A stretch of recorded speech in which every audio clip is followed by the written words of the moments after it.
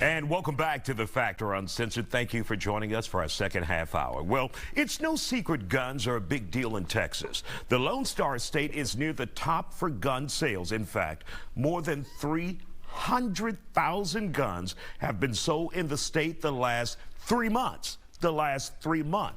Now, Latinos say they are buying guns for self-defense reasons. In fact, 2 years ago, the Latino Rifle Association was founded for firearm education and advocacy. Tonight, guests include George Abrego, owner of HTX Tactical, a gun shop here in Houston, and Juan Villarreal, legendary entertainer and comedian. Thank you both for joining us here on The Factor Uncensored. So, Juan, you have been of the mindset, and despite being a security officer in the past before your comedic career took off. Yes.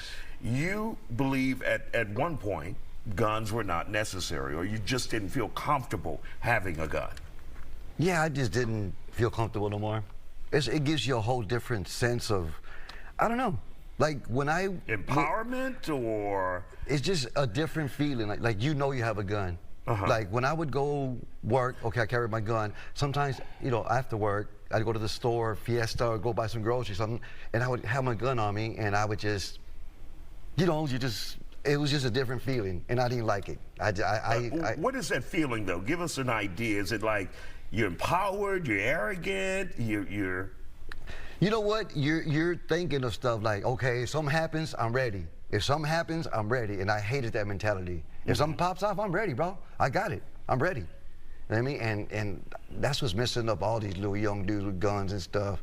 They think they're ready and they can handle it, and it's like, man. Now, George, you read the study. What was the reason they gave that many Latinos believe they should own guns at this point? So the reason that the article mentioned was because of white supremacy. I tend to disagree with that. Latinos have been owning guns forever. I've owned guns since I was, you know, my family, since I was a kid, you know. But let's stick to what the article said. Because of white supremacy, and some Latinos feel threatened by that, what? According to the article, yes, some Latinos do feel threatened by that. I would imagine that that's got to be a very small percentage of Latinos. I don't know of any Latinos that feel threatened by white supremacy. I think that people are starting to just realize, and Latino people are a big part of it, they're just starting to realize that, hey, like, I'm responsible for my own protection. The cops aren't going to protect me. You know, the Supreme Court, they stated that the police aren't meant to protect you. A cop, their job is to go home at the end of the day to their family. You're responsible for your own protection. What better way to protect yourself than with the firearm? And of course you said, and I interrupted you about Latinos have long owned firearms. Tell us about that. You know, and why they thought it was necessary. You know, we can take it to the political spectrum. You know, Latinos are conservative in nature, whether they realize it or not. We are. From our abuelitas and abuelitos, our grandmas and grandpas growing up, we're conservative in nature, and guns in the political spectrum just have that, you know, they just have that conservative side on lock. Growing up hunting outdoors, it's just a big part of the Latino culture. And Juan, would you agree with that? What's your perspective on that? Yeah, it's part of some of it, but I don't like that. I don't like guns, and I don't think there's way too many. You just look how many and the Latinos, I think they're speaking about the non-Spanish that are buying guns right now. The ones that can't speak English, the Spanish-speaking Latinos. Because the Chicanos that were born here, they, like he said, we've had guns, whatever, but nah, you don't need a gun. Not everybody needs a gun, man.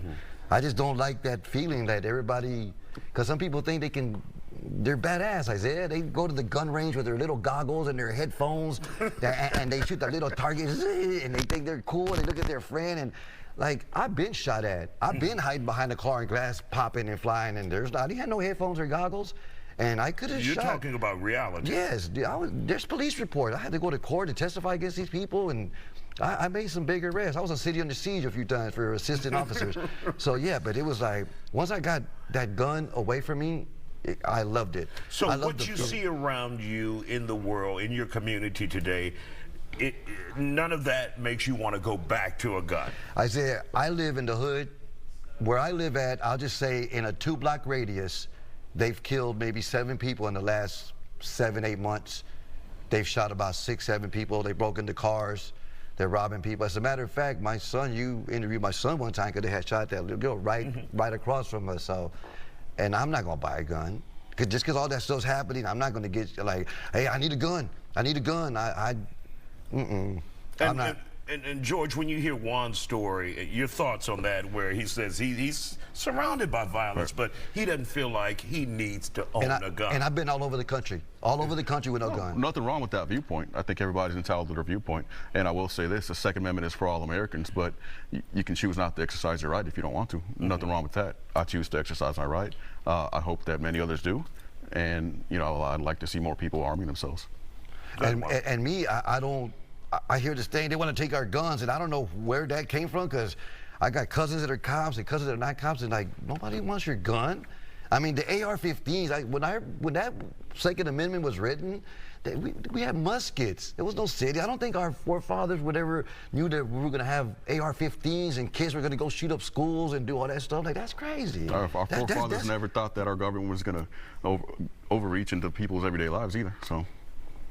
We got to be ready for that. From your perspective, how is the government overreaching in people's everyday lives? So let's be clear, the Second Amendment was not written for hunting. It was written for an oppressive government, to fight back against an oppressive government. Against the British, because they were living in little ranches. We had little ranches. There was no neighborhoods. There was little towns. Correct, but the Founding Fathers knew that, hey, it happened with the British. Let's not have that happen here with our Yeah, but I didn't think they think they were going to have weapons like this that shoot all these rounds and go through cars. Thank you both, George Abrego, Juan Villarreal. Thank you for joining us here on The Fact.